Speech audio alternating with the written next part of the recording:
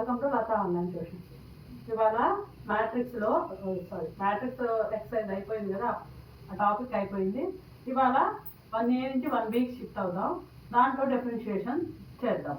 Differentiation అనేది మొత్తం 15 మార్క్స్కి, ఇది గెయిన్ చేసేవి 15 మార్క్స్. ఇది కూడా ఇంపార్టెంట్ టాపిక్ అనమాట. ఓకేనా? దీంట్లో ఫస్ట్ డిఫరెన్షియేషన్ గురించి చెప్పాలి అంటే మనము dy/dx అంటే ఏంటో తెలుసుకోవాలి. వాట్ ఈజ్ dy/dx అనేది తెలుసుకోవాలి.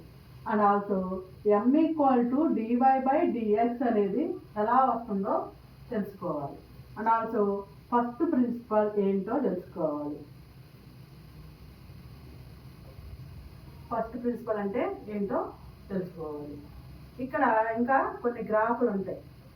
డిఫరెన్షియేషన్కి కంటిన్యూషన్కి రిలేషన్షిప్ తెలుసుకోవాలి. ఓకేనా? ఆ గ్రాఫ్లు ఏం చేస్తాయంటే ఆ రిలేషన్షిప్ని మనకి చెప్తాయి అన్నమాట. ఇవి డిఫరెన్షియేషన్లో ఫస్ట్ ఇంట్రడక్షన్ టాపిక్స్ అన్నమాట. సరే, ఇప్పుడు మనకి dy/dx అంటే ఏంటో తెలుసుకుందాం. dy/dx అంటే ఏంటో తెలుసుకునే ముందు ఒక చిన్న గ్రాఫ్ గీస్తాం. ఇదేంటి, ఇక్కడ ఒక ఫంక్షన్, ఇది మొత్తం x యాక్సిస్, ఇది మొత్తం y యాక్సిస్ అని తీసుకుందాం. ఫర్ ఎగ్జాంపుల్ మనం ఒక 10 రూపీస్ తీసుకెళ్ళి ఒక పెన్ను కొనుక్కుందాం. ఓకేనా? మళ్ళీ 20 రూపీస్ తీసుకెళ్ళి ఎన్ని పెన్స్ వస్తాయి? 2 పెన్స్ కొనుక్కుందాం అనుకుంటాం. అంటే ఇక్కడ చూడండి, గ్రాఫ్ ఇలా ఉంటుంది. x1 రూపీస్ దగ్గర ఒక పెన్ వస్తుంది అనుకుందాం. అదేంటిది? y1 అనుకుందాం. ఓకేనా? అదే మనం 10 రూపీస్ తీసుకెళ్దాం. ఈసారి 20 రూపీస్ తీసుకెళ్దాం. 20 రూపీస్ తీసుకెళ్ళినప్పుడు మనకి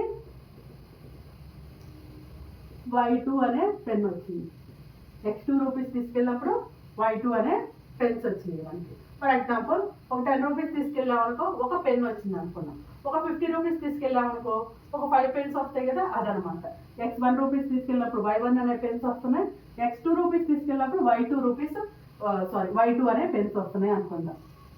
ఇక్కడ చూడండి, ఇక్కడి నుంచి ఇక్కడికి పెద్ద చేంజ్ ఉంది, అవును కదా? దీన్ని ఏమంటారంటే డెల్టా ఎక్స్ అంటారు. ఈ చేంజ్ని అంటే 10 రూపీస్కి 15 రూపీస్కి ఉన్న చేంజ్ అంతా పెద్దదే కదా, దాన్ని ఇలా డెల్టా ఎక్స్ అని తీసుకుంటాం. మనకు వచ్చే పెన్నులో నెంబర్ ఆఫ్ పెన్స్ అనేది కూడా ఆటోమేటిక్గా చేంజ్ అవుతుంది కదా. రూపీస్ పెరిగే కొద్దీ మనకు వచ్చే పెన్స్ కూడా చేంజ్ అవుతుంది. ఈ చేంజ్ని ఏమంటారంటే డెల్టా వై అంటారు. ఇక డెల్టా ఎక్స్ అంటే ఏంటిది? x2 minus x1. Delta Y అంటే y2 మైనస్ y1. ఇదే కదా. ఇప్పుడు వీటి యొక్క రేషియో ఏమవుతుంది? Delta Y by delta X అంటే ఏమవుతుంది? y2 minus y1 by x2 minus x1. దీన్ని ఏమంటారు అంటే the change in y with respect to change in x. అది ఏంటి? Big change in y with respect to big change in x అని తీసుకుంటాం. ఓకేనా? అదే ఇప్పుడు ఇక్కడ చూడండి, ఈ పాయింట్ ఏ అనే పాయింట్ దగ్గర తీసుకుందాం. ఈ పాయింట్ దగ్గర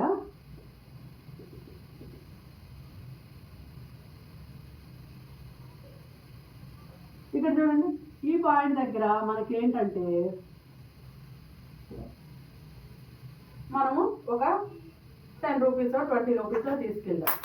21 రూపీస్ అనుకుందాం. 21 రూపీస్ తీసుకెళ్ళినప్పుడు మనకి 2 పెన్, 10 రూపీస్కి 2 వస్తాయి. ప్లస్ 1 రూపీ ఉంది కదా, ఆ 1 రూపీకి చేంజ్ లేదని వాడు ఏదో రీతిలో ఏదో స్టేషనరీకి సంబంధించి రిలేటెడ్గా మనకు ఒకటి ఇస్తారు. ఆ చేంజ్ చూసారా? 20 రూపీస్కి 2 పెన్స్. ఆ 21 అనేది ఇక్కడ దీంతో పోలిస్తే ఆ 21 అనేది స్మాల్ చేంజ్ కదా. ఫర్ ఎగ్జాంపుల్ ఇలా ఒక థ్రెడ్ తీసుకుందాం మనం. ఈ థ్రెడ్లో ఇదిగో ఇక్కడ ఈ పాయింట్ దగ్గర మనం కట్ చేసాం. ఆ థ్రెడ్ని కట్ చేసినప్పుడు మనకి స్మాల్ పీస్ వస్తుంది. అది మనకి నెగ్లిజిబుల్గానే ఉండొచ్చు, కానీ ఆ స్మాల్ పీస్కి ఎంతో కొంత లెంత్ ఉంటుంది కదా, ఫ్రాక్షన్స్లో అయినా లెంత్ ఉంటుంది. అలాగే ఇక్కడ ఈ చేంజ్ ఇక్కడ ఫర్ ఎగ్జాంపుల్ ఇక్కడ 20 రూపీస్కి ఒక పెన్ వచ్చింది. ఆ 21 రూపీస్ అనేది ఈ 21 రూపీస్కి మనకి 2 పెన్స్ ప్లస్ 1 రీఫిల్ వచ్చింది. ఇక్కడ ఈ చేంజ్ చూడండి, 20కి 21కి ఎంత చేంజ్ ఉంది? Small change. ఈ చేంజెస్తో పోలిస్తే ఈ చేంజ్ స్మాల్ అవుతుంది, అవును కదా. దాన్ని ఏమంటారు, ఆ స్మాల్ చేంజ్ని ఏమంటారంటే డెల్టా డిఎక్స్ అంటారు. దాన్ని ఏమంటారు, డిఎక్స్ అంటారు. ఇక్కడ చూసారా, ఈ డిఎక్స్కి రిలేటెడ్గానే ఈ మనం ఇక్కడ ఏం చేసాం, 21 రూపీస్కి రిలేటెడ్గా ఇక్కడ ఏమొచ్చింది మనకి, ఒక 2 పెన్స్ ప్లస్ 1 రీఫిల్ వచ్చింది, అవును కదా. ఈ చేంజ్ని ఏమంటారంటే డివై అంటారు. ఓకేనా. ఇప్పుడు మనం ఇక్కడ మెన్షన్ చేసింది ఏంటి, డిఎక్స్ అంటే ఏంటి, స్మాల్ చేంజ్ ఇన్ ఎక్స్ కదా. మరి డివై అంటే సేమ్, అది స్మాల్ చేంజ్ ఇన్ వై. ఓకేనా. ఈ డిఎక్స్ అంటే స్మాల్ చేంజ్, డివై అంటే స్మాల్ చేంజ్ ఇన్ వై. మరి ఇక్కడ డెల్టా ఎక్స్ డెల్టా వై అంటే బిగ్ చేంజెస్ అనమాట. ఒక 10 రూపీస్కి ఒక 15 రూపీస్కి చేంజ్ అనమాట. మరి ఇక్కడ ఈ డిఎక్స్ అంటే ఏంటి, 20కి 21 రూపీస్కి. ఓకేనా. 20 రూపీస్కి 21 రూపీస్కి 20 రూపీస్కి 2 పెన్స్ వచ్చినాయి. ఆ 1 రూపీకి ఏంటిది, ఏదో రీఫిల్ ఇచ్చాడు. ఈ 20కి 1కి అంటే 21 రూపీసే కదా, మనం తీసుకెళ్ళాం 21 రూపీస్. షాప్ ఆయన ఏమన్నాడు, అయ్యా 2 పెన్స్ వస్తాయి, ఆ 1 రూపీకి ఒక రీఫిల్ వస్తుంది అంటే ఈ 20కి ఈ 1కి ఈ 21 రూపీస్కి ఇక్కడ వచ్చే చేంజ్ ఏంటి, స్మాల్ డిఎక్స్ అనమాట. స్మాల్ చేంజ్ ఏంటి, స్మాల్ చేంజ్ డిఎక్స్ అవుతుంది అనమాట. అర్థమైందా. 20 రూపీస్కి 21 రూపీస్కి ఎంత చేంజ్ అయింది, 1 రూపీ చేంజ్ వచ్చింది అంతేనా. 21 రూపీస్కి 20 రూపీస్కి ఎంత చేంజెస్, 1 రూపీ. ఇక్కడ ఈ చేంజ్ ఎంత, 10 రూపీస్లో ఉన్న చేంజ్ కాస్త 1 రూపీకి వచ్చేటప్పటికి స్మాల్ చేంజ్ అవుతుంది కదా మనది. ఈ స్మాల్ చేంజ్ ఇన్ మనీ. ఇక్కడ ఇది ఏమవుతుంది, small change in number of pens. మనకి 2 పెన్స్ ఇచ్చాడు 20 రూపీస్కి, ఆ 1 రూపీకి 1 రీఫిల్ ఇచ్చాడు అనమాట. ఓకేనా.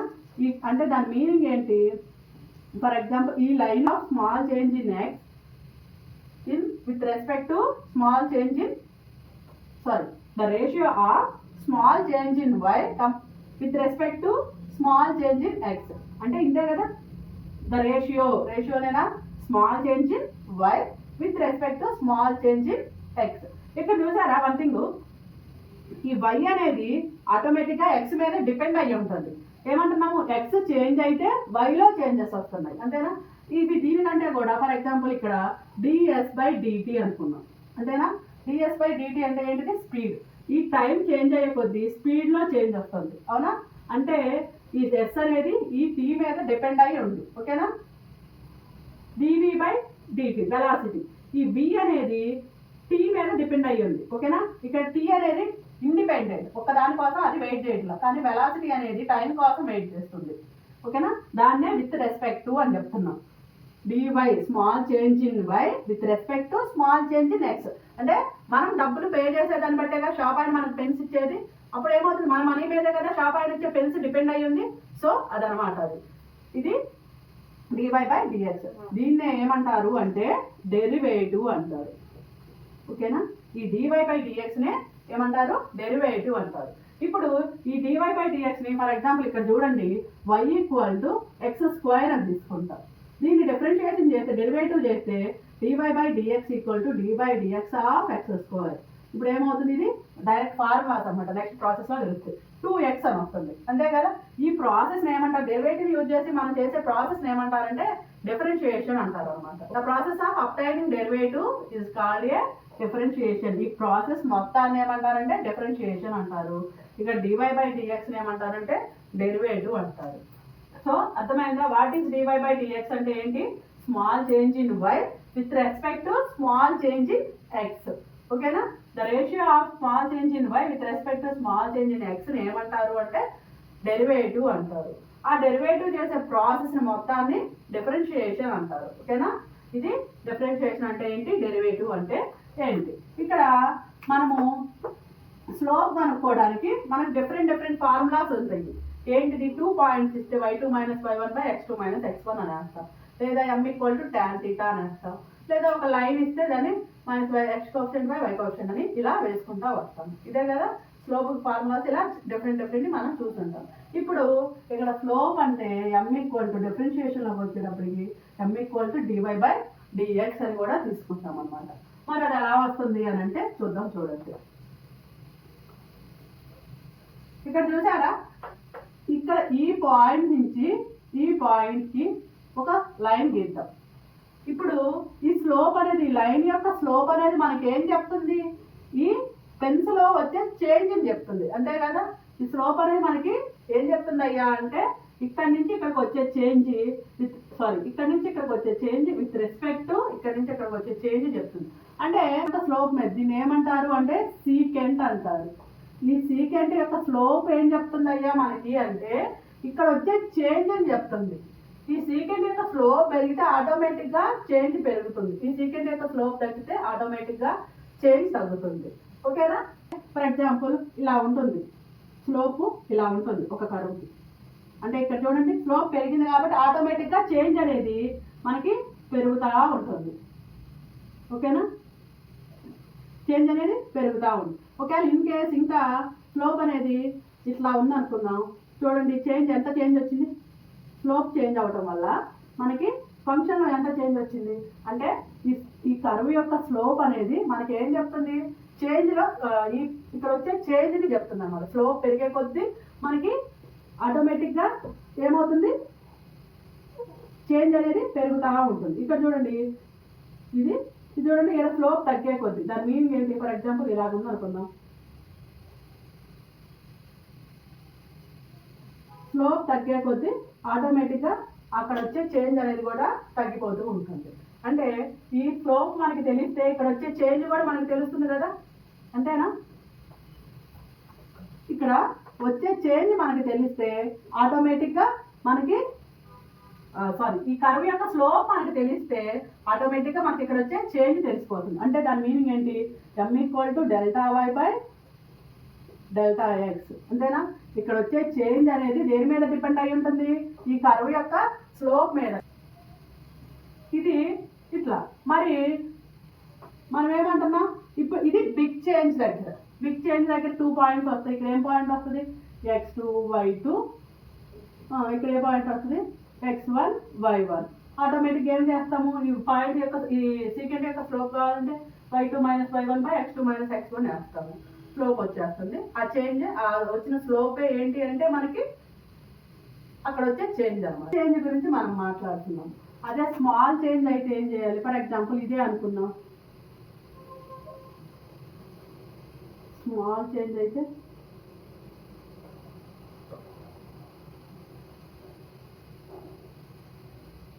స్మాల్ చేంజ్ అంటే ఇదే కదా,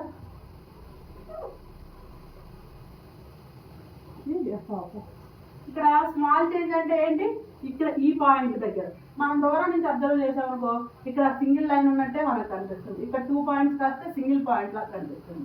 ఇప్పుడు సింగిల్ పాయింట్ దగ్గర ఈ ఒక లైన్ యొక్క స్లోప్ కనుక్కోవాలి అంటే ఫర్ ఎగ్జాంపుల్ ఈ సింగిల్ పాయింట్ దగ్గర మనం ఇలా గీసాం, ఇదేమవుతుంది? నథింగ్ బట్ ఆఫ్ టాంజెంటే కదా. ఇప్పుడు ఈ సింగిల్ పాయింట్ దగ్గర దీనికి టాంజెంట్కి స్లోప్ కనుక్కోవాలి అంటే ఏం చేస్తాము?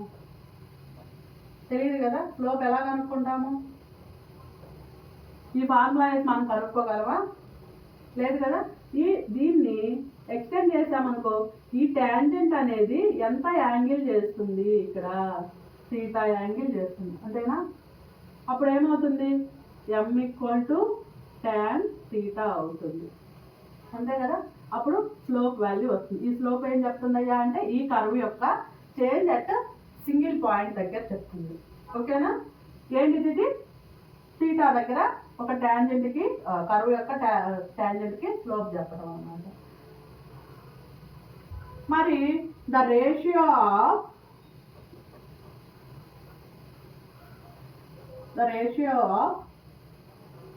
స్మాల్ చేంజ్ ఇన్ y అంటే the ratio of small change in y with respect to small change in x అంటే ఇదే కదా. dy/dx ఏం చెప్తుంది మనకి?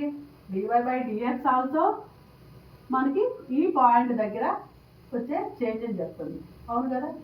m అనేది ఈ టాంజెంట్ యొక్క స్లోప్ అనేది మనకి ఆ పాయింట్ దగ్గర వచ్చే చేంజే చెప్తుంది. ఈ dy/dx అనేది ఆ పాయింట్ దగ్గర వచ్చే చేంజే చెప్తుంది. అప్పుడు ఈ రెండు ఈక్వలే కదా. అర్థమైందా మీకు? ఏమని చెప్తున్నాము? ఇది బిగ్ చేంజ్. ఈ సీకెంట్ యొక్క స్లోపే మనకి ఇక్కడ వచ్చే చేంజ్ అని చెప్తుంది అయ్యా అని చెప్తున్నాము. మరి ఇక్కడ సింగిల్ పాయింట్ దగ్గర స్మాల్ చేంజ్ దగ్గర ఆ కర్వ్ యొక్క స్లోప్ ఎలా తెలుస్తుంది మనకి తెలియదు. సో దానికి ఒక ట్యాంజెంట్ గీసాము. ఆ ట్యాంజెంట్ గీసి అక్కడ యాంగిల్ ఫామ్ అయింది కాబట్టి M=tan θ అంటే ఆటోమేటిక్గా ఈ లైన్ యొక్క స్లోప్ వస్తుంది. అవును కదా. మరి ఇదే పాయింట్ దగ్గర వచ్చే చేంజ్ని మనం ఇంతకు ముందు దాకా ఏమనుకున్నాము, the ratio of small change in y with respect to small change in x కదా. ఇదే కదా మనం అనుకుంది ఇప్పటి వరకు. ఈ పాయింట్ దగ్గర వచ్చే చేంజ్నే మనం ఏమన్నాము, dy/dx అన్నాము. ఓకేనా. ఇది ఈ పాయింట్ దగ్గర వచ్చే చేంజ్నే చెప్తుంది. ఈ m అనేది ఈ పాయింట్ దగ్గర వచ్చే స్లోప్ గురించి చెప్తుంది. అవునా. ఆ స్లోప్ కూడా ఏం చెప్తుంది, ఆ కరువులో వచ్చే ఆ సింగిల్ పాయింట్ దగ్గర చేంజ్ అని చెప్తుంది. సో అక్కడ ఆ రెండు ఈక్వల్ అవుతాయి అన్నమాట. ఇది M=dy/dx ఎలా అవుతుంది అనే దానికి ప్రాసెస్. ఓకేనా. ఒక ఫంక్షన్ తీసుకుందాం, ఒక f అనే ఫంక్షన్ తీసుకుందాము.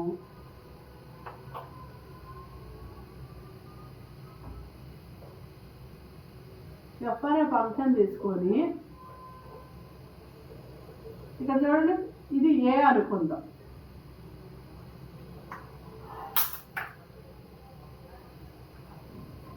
ఇది a అనుకుంటే ఈ ఫంక్షన్ ఏంటి, f(x) అని తీసుకుందాం. a దగ్గర వచ్చే చేంజ్ ఏమవుతుంది, f(a)నే కదా. అలాగే సమ్ డిస్టెన్స్ జరిగింది. ఎంత డిస్టెన్స్ అది, h అనే డిస్టెన్స్ జరిగిన తర్వాత ఆ స్లోప్ యొక్క చేంజ్ సమ్ డిస్టెన్స్ h అనే డిస్టెన్స్ జరిగింది. ఇక్కడి నుంచి ఇక్కడికి h ఉంటుంది. అంటే ఇక్కడ ఏమవుతుంది, a+h కదా. దీనికి దీనికి మధ్య చేంజ్ ఎంత, h. మరి ఇక్కడ ఈ పాయింట్ దగ్గర ఈ ఫంక్షన్లో వచ్చే చేంజ్ ఏమవుతుంది, f(a+h) అవుతుంది. అంతేనా. అప్పుడు ఇక్కడ ఈ పాయింట్ యొక్క ఇది చెప్పండి, పాయింట్ చెప్పండి, a.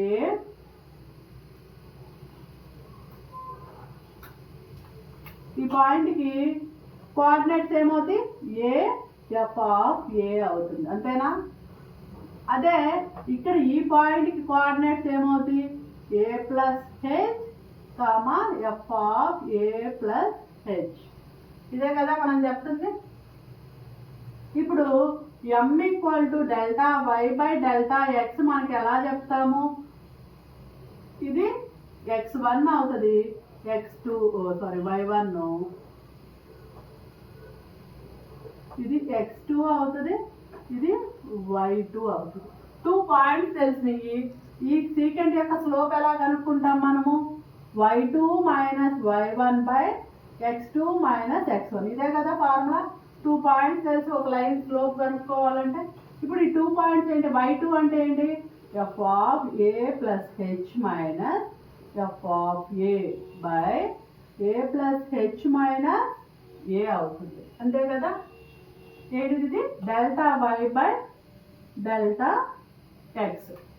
ఇప్పుడు ఏమేమి క్యాన్సిల్ అవుతుంది, f(a+h)/f(a)/h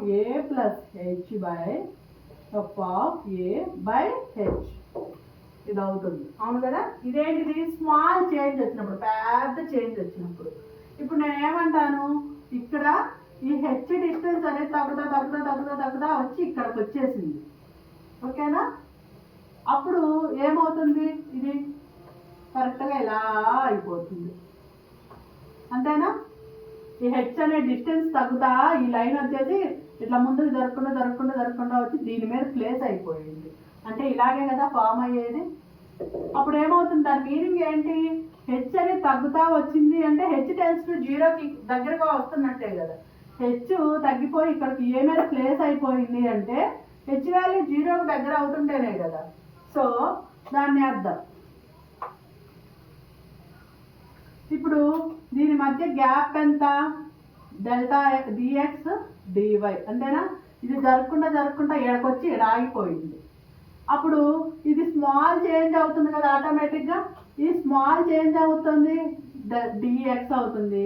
ఈ చేంజ్ వల్ల ఇక్కడ వచ్చే చేంజ్ అవుతుంది, dy అవుతుంది. అంతేనా. అప్పుడు dy/dx ఇది ఎప్పుడు పాజిబుల్ అయింది, ఈ h అనేది → 0 అవుతున్నప్పుడే కదా. లిమిట్ హెచ్ టెన్స్ టు 0 అవుతున్నప్పుడే కదా ఇదంతా మనకి పాసిబుల్ అయింది. స్మాల్ డిఎక్స్ డివై ఎలా వచ్చింది? ఈ హెచ్ వాల్యూ తక్కువ ఇక్కడికి వచ్చినప్పుడే కదా మనకి ఈ డివై బై డిఎక్స్ అనేది పాసిబుల్ అవుతుంది. ఇది రాయండి, F of A plus H by H. దీన్నే ఏమంటారు? ఫస్ట్ ప్రిన్సిపల్ అంటారు అనమాట. దీని పేరేంటి? First principle. ఓకేనా? దీన్నే ఫస్ట్ ప్రిన్సిపల్ అంటారు. దీన్ని ఇంకోటి ఏమంటారు అంటే ఎఫ్ డాష్ ఆఫ్ ఏ అనైనా అనొచ్చు, లేదా df of A by dx at X equal to ఏ దగ్గర. దీన్ని ఏమంటారు? డివై బై డిఎక్స్ అయినా అనొచ్చు, ఎఫ్ డాష్ ఆఫ్ ఏ అయినా అనొచ్చు, df of A by dx X equal to A. దీన్నే ఫస్ట్ ప్రిన్సిపల్ అంటారు. ఇది చాలా చోట్ల మనకి ఎక్సైజ్ దగ్గర చాలా ప్లేసుల్లో ఇది మనకి యూజ్ అవుతుంది అనమాట. ఇది మోస్ట్ ఇంపార్టెంట్ ఫార్ములా. ఓకేనా? అర్థమైందా ఈ కాన్సెప్ట్? ఫస్ట్ ప్రిన్సిపల్ ఎలా వచ్చింది? ఇక్కడ ఏ అనే పాయింట్ తీసుకుంటాం, ఇక్కడ సమ్ డిస్టెన్స్ లో ఏ ప్లస్ హెచ్ అనే పాయింట్ తీసుకుంటాం. ఆటోమేటిక్ గా ఏ అన్నప్పుడు ఎఫ్ ఆఫ్ ఎక్స్ అనే ఫంక్షన్ ఎలా చేంజ్ అవుతుంది? ఎఫ్ ఆఫ్ ఏగా చేంజ్ అవుతుంది. ఏ ప్లస్ హెచ్ దగ్గర ఎఫ్ ఆఫ్ ఎక్స్ అనే ఫంక్షన్ ఇలా మారిపోతుంది, అంతే కదా. ఇప్పుడు ఈ సీకెంట్ కి స్లోప్ కనుక్కోవాలి అంటే ఇదే కదా, M equal to dy by dx. Dy by dx అంటే delta Y by delta X అంటే స్లోప్ కి ఫార్ములాస్ ఏంటి? ఈ y2 minus y1 by x2 minus x1 అదే వేసాము ఇక్కడ. ఇప్పుడు ఏమంటున్నా, ఇది బిగ్ చేంజ్ వచ్చినప్పుడు, ఇది చాలా పెద్ద చేంజ్ వచ్చినప్పుడు. ఇప్పుడు నేను ఏమంటున్నాను, ఈ హెచ్ వాల్యూ తగ్గిపోతా ఉంది అంటే ఈ లైన్ ఇక్కడికి జరుపుకుంటా ఏ మీద ప్లేస్ అయిపోయింది, ఏకి బాగా దగ్గరగా వచ్చింది. ఈ లైన్ వచ్చి ఇట్లా జరుపుకుంటా ఇక్కడ దగ్గరకు వచ్చేసింది. దాని మీనింగ్ ఏంటి? హెచ్ వాల్యూ డిక్రీజ్ అవుతున్నట్టే కదా. డిక్రీజ్ అవుతే ఎక్కడికి వచ్చింది? హెచ్ టెన్స్ టు 0కి వచ్చింది. 0కి దగ్గరగా వచ్చేస్తుంది. 0కి దగ్గరగా వచ్చిందంటే ఇక్కడ చేంజ్ ఎలా ఉంటుంది? స్మాల్గా ఉంటుంది. ఎక్స్లో చేంజ్ ఎలా ఉంటుంది? స్మాల్గా ఉంటుంది. అందుకని డిఎక్స్ అని రాసుకున్నా. ఆటోమేటిక్గా వైలో వచ్చి చేంజ్ ఏమవుతుంది? డివై అవుతుంది. అదేనా? సో డిఎక్స్ డివై అంటే ఇక్కడ ఎం కాస్త ఏమవుతుంది? ఇందాక దీన్ని ఏమనుకున్నాం? ఎం అని కూడా అనుకున్నాం కదా, ఇంకా జస్ట్ చెప్పాను. D y by d x equal to, ఇది ఎప్పుడు పాసిబుల్ అయింది? D y by d x small change ఎప్పుడు పాసిబుల్ అయింది? హెచ్ వాల్యూ 0కి దగ్గరగా వెళ్తున్నప్పుడు కదా. హెచ్ వాల్యూ అనేది ఇక్కడ 0కి దగ్గరగా వస్తున్నప్పుడు, అందుకని ఇది ప్లేస్ చేశారు. ఇక్కడ హెచ్ 0 కాదు, హెచ్ వాల్యూ 0కి దగ్గరగా వచ్చింది. స్మాల్ చేంజ్, అది ఫ్రాక్షన్స్ లో ఉండిద్ది. అందుకని హెచ్ వచ్చేసి దబాల్ ఏ మీద ఉండిపోదు. ఓకేనా? ఏకి దగ్గరగా ఉంది అంటే దాని మీనింగ్ ఏంటి? హెచ్ వాల్యూ నియర్ టు 0 అని మీనింగ్ అనమాట. ఓకేనా? అందుకని హెచ్ టెన్స్ టు 0 రాశారు. ఇది ఏమవుతుంది? ఫస్ట్ ప్రిన్సిపల్ అవుతుంది. దీన్ని ఎఫ్ డాష్ ఆఫ్ ఏ అని అనొచ్చు, లేదా d f of A by d x ఎక్కడ ఎక్స్ ఈక్వల్ టు ఏ దగ్గర. ఇది కూడా డివై బై డిఎక్స్ అని కూడా అనొచ్చు. చూసారా, ఇక్కడ డిఫరెన్షియేషన్ కి లిమిట్స్ కి ఆటోమేటిక్ గా కనెక్షన్ వచ్చేసింది. ఇదేమవుతుంది? డివై బై డిఎక్స్ ఏమంటున్నాం మనం ఇంతకుముందు? డిఫరెన్షియేషన్ అన్నాము. ఇక్కడ ఏమవుతుంది? లిమిట్స్ వచ్చేసింది. ఓకేనా? ఇప్పుడు ఈ డిఫరెన్షియేషన్ లిమిట్స్ మీద డిపెండ్ అయ్యింది, అలాగే లిమిట్స్ అనేది డిఫరెన్షియేషన్ మీద డిపెండ్ అయ్యింది. ఆ డిపెండెన్స్ ఎలా ఉంటుంది అనేది మనం చెప్పుకుందాం. ఎగ్జిస్ట్ అవ్వాలి అంటే మీనింగ్ ఏంటిది? లిమిట్ అనేది హెచ్ టెన్స్ టు 0 ప్లస్ దగ్గర వాల్యూ రావాలి, అలాగే limit H tends to 0 minus దగ్గర కూడా వాల్యూ రావాలి. ఆ వచ్చిన వాల్యూస్ ఒకదానికొకటి ఈక్వల్ కావాలి. అప్పుడు మాత్రమే మనకి limit, left hand side limit, right hand side limit values రావాలి. అవి రెండు ఈక్వల్ కావాలి. అప్పుడు మాత్రమే మనం లిమిట్స్ ఎగ్జిస్ట్ అయింది అంటాం. లిమిట్స్లో ఒకసారి చూడండి మీరు, ఒక లిమిట్ ఎగ్జిస్ట్ అయింది అంటే అది left hand side limit form అవ్వాలి, రైట్ హ్యాండ్ లిమిట్ ఫామ్ అవ్వాలి, రెండు ఈక్వల్ అవ్వాలి. అప్పుడు మాత్రమే అది లిమిట్ ఎగ్జిస్ట్ అయింది అంటాము. మరి ఇక్కడ ఫర్ ఎగ్జాంపుల్ ఇక్కడ ఓపెన్ ఇంటర్వెల్ తీసుకుందాం. ఓపెన్ ఇంటర్వెల్ తీసుకుంటే ఈ పాయింట్ ఏదో తీసుకుంటాం. ఈ పాయింట్కి ఇటు సైడు లిమిట్ ఇటు సైడ్ లిమిట్ రెండు ఫామ్ అవ్వాలి. అప్పుడు మాత్రమే మనము లిమిట్ ఎగ్జిస్ట్ అయింది అంటాము. మరి ఒకవేళ క్లోజ్డ్ బ్రాకెట్స్ ఫామ్ అయ్యి ఇక్కడ ఏదో పాయింట్ ఏ, ఇక్కడ ఏదో పాయింట్ బి. ఇప్పుడు చూడండి, ఇది ఓపెన్ ఇంటర్వెల్ కాబట్టి మనం వీటి మీదకి రావన్నమాట, అంతే కదా. ఓపెన్ ఇంటర్వెల్ కాబట్టి దానికి ముందు ఫ్రాక్షన్స్ ముందు ఉంటాము, ఇట్లా ఫ్రాక్షన్స్కి వెనకాల ఉంటాము, అంతేగాని వీటి మీదకి వెళ్ళిపోము. కానీ క్లోజ్ ఇంటర్వెల్ అంటే ఈ పాయింట్స్ కూడా వస్తాయి కదా, ఏబి అనే పాయింట్స్ కూడా వస్తాయి కదా. మరి అలాంటప్పుడు ఏ అనే పాయింట్కి left hand side limit exist అవ్వదు కదా. అంటే ఈ ఏ అనే పాయింట్ ఇక్కడతో ఎండ్ ఈ పాయింట్స్ తీసుకోవడానికి ఈ పాయింట్కి యువతలకి రాకూడదు, అందుకే కదా మనకి ఇక్కడ కట్ చేసినట్టు క్లోజ్డ్ బ్రాకెట్స్ వచ్చింది. కానీ ఏ కూడా తీసుకోవాలి. ఇక్కడ చూడండి, బి అనే పాయింట్ కూడా తీసుకోవాలి, కానీ బికి తర్వాత ఫ్రాక్షన్స్లో కూడా వెళ్ళకూడదు. మరి అలాంటప్పుడు దీనికి లెఫ్ట్ హ్యాండ్ సైడ్ లిమిట్, దీనికి right hand side limit exist అవుతాయా? అప్పుడు ఎగ్జిస్ట్ కావాలన్నమాట. ఇట్లా క్లోజ్డ్ బ్రాకెట్స్ ఇచ్చేసి లిమిట్స్ ఎగ్జిస్ట్ అవుతాయా అంటే ఎగ్జిస్ట్ కావు. అప్పుడు ఏమవ్వాలి, మనకి limit H tends to A plus exist అయితే చాలన్నమాట క్లోజ్డ్ బ్రాకెట్స్ ఇచ్చినప్పుడు. ఇది నేను మాట్లాడేది క్లోజ్డ్ బ్రాకెట్స్ ఇచ్చినప్పుడు. అదే బీకి అయితే limit H tends to 0 minus F of A plus H F of A by H. ఇది ఎక్కడ బి అనే పాయింట్, బి అనే పాయింట్ దగ్గర ఇటు పోదు కదా, ఇక్కడతో ఆపేసేయాలి. అంటే బి మైనస్ ఎగ్జిస్ట్ అయితే చాలు. దాన్నే నేను ఫర్ ఎగ్జాంపుల్ ఇక్కడ బి అని దాన్నే ఇలా రాశాను అనమాట. ఓకేనా. క్లోజ్ బ్రాకెట్స్ ఇచ్చారు.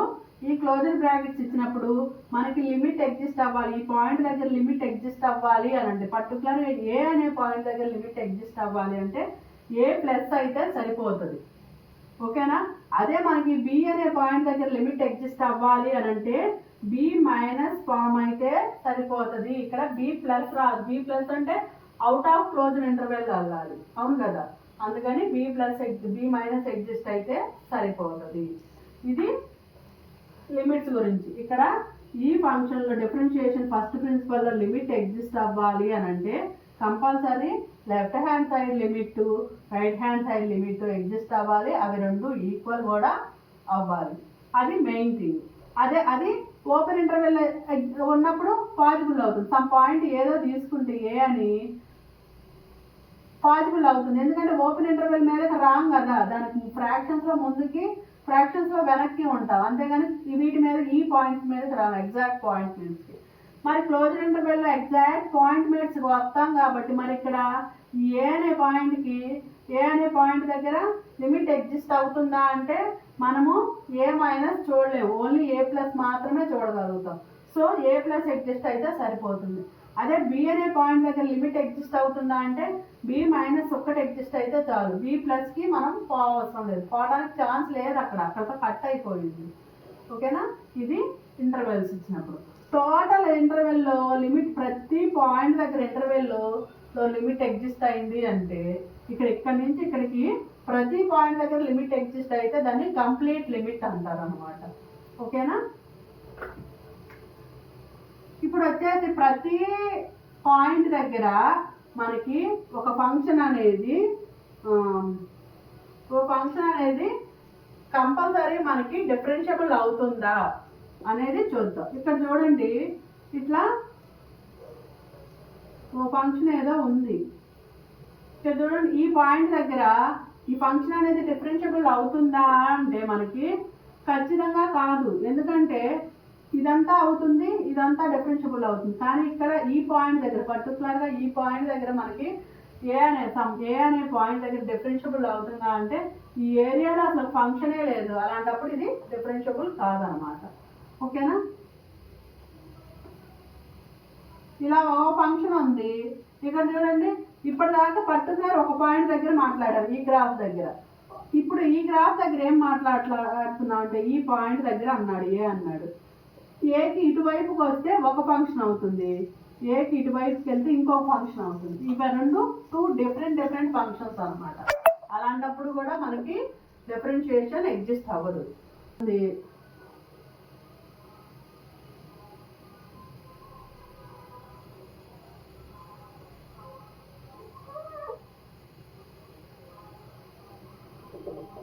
ఫంక్షన్ ఇలా ఉంది, ఇది కూడా డిఫరెన్షియబుల్ అవుతుందా అంటే డిఫరెన్షియబుల్ కాదు. ఇది ఒక ఫంక్షన్ అవుతుంది చూసారా, ఈ పాయింట్ దగ్గర ఓకే, ఈ పాయింట్కి ఇటువైపు వస్తే ఒక ఫంక్షన్ అవుతుంది, ఈ పాయింట్కి ఇటువైపు వెళ్తే ఇంకొక ఫంక్షన్ అవుతుంది, అవునా.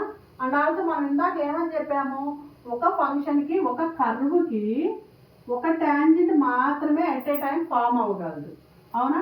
ఇప్పుడు ఏ అనే పాయింట్ దగ్గర ఈ కర్వ్కి చూడు, ఫర్ ఎగ్జాంపుల్ ఇది స్ట్రైట్ లైన్ కదా, స్ట్రైట్ లైన్కి ట్యాంజెంట్ ఉంది అందుకంటే ఉండదు, ఉంటే ఇలా ఉంటుంది. మరి ఈ కర్వ్కి ట్యాంజెంట్ అంటే ఎలా ఉంటుంది, ఇలా ఉంటుంది. ఇప్పుడు చూడండి, ఈ స్ట్రైట్ లైన్కి ఒక ట్యాంజెంట్, ఈ కర్వ్కి ఒక ట్యాంజెంట్ ఫామ్ అయింది. ఎట్ ఏ టైం ఒక కర్వ్ ఒక ఫంక్షన్కి 2 ట్యాంజెంట్స్ ఫామ్ అయ్యింది అంతే కదా, అంటే అది పాసిబుల్ కాదు కదా. సో ఇది కూడా డిఫరెన్షియబుల్ కాదనమాట. అలాగే ఇంకోటి ఏం తీసుకుందాం,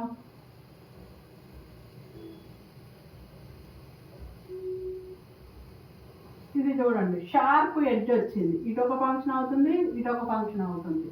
ఈ పాయింట్ దగ్గర డిఫరెన్షియబుల్ అంటే ఇటు పక్కకు వస్తే ఏ ప్లస్ అనే దానికి ఏ మైనస్కి వస్తే ఒక ఫంక్షన్ అవుతుంది, ఏ ప్లస్కి వస్తే ఇంకొక ఫంక్షన్ అయిపోతుంది, ఇది ఒక ఫంక్షన్ అయిపోతుంది, ఇది ఒక ఫంక్షన్ అవుతుంది. సో ఇక్కడ ఇది డిఫరెన్షియబుల్ కాదనమాట.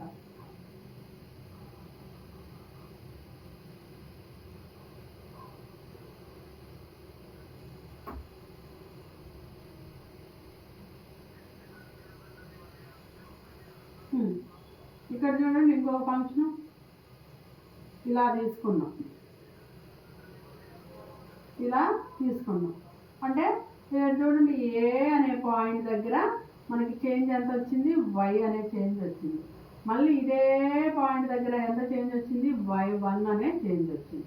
ఇదే పాయింట్ దగ్గర y2 అనే చేంజ్ వచ్చింది. అంటే ఇక్కడ చూడండి, ఒక పాయింట్ దగ్గరే మనం తీసుకెళ్ళిన 20 రూపీస్కే ఒకసారి 2 పెన్స్, ఒకసారి 3 పెన్స్, ఒకసారి 4 పెన్స్ ఇస్తారా, ఇవ్వరు కదా.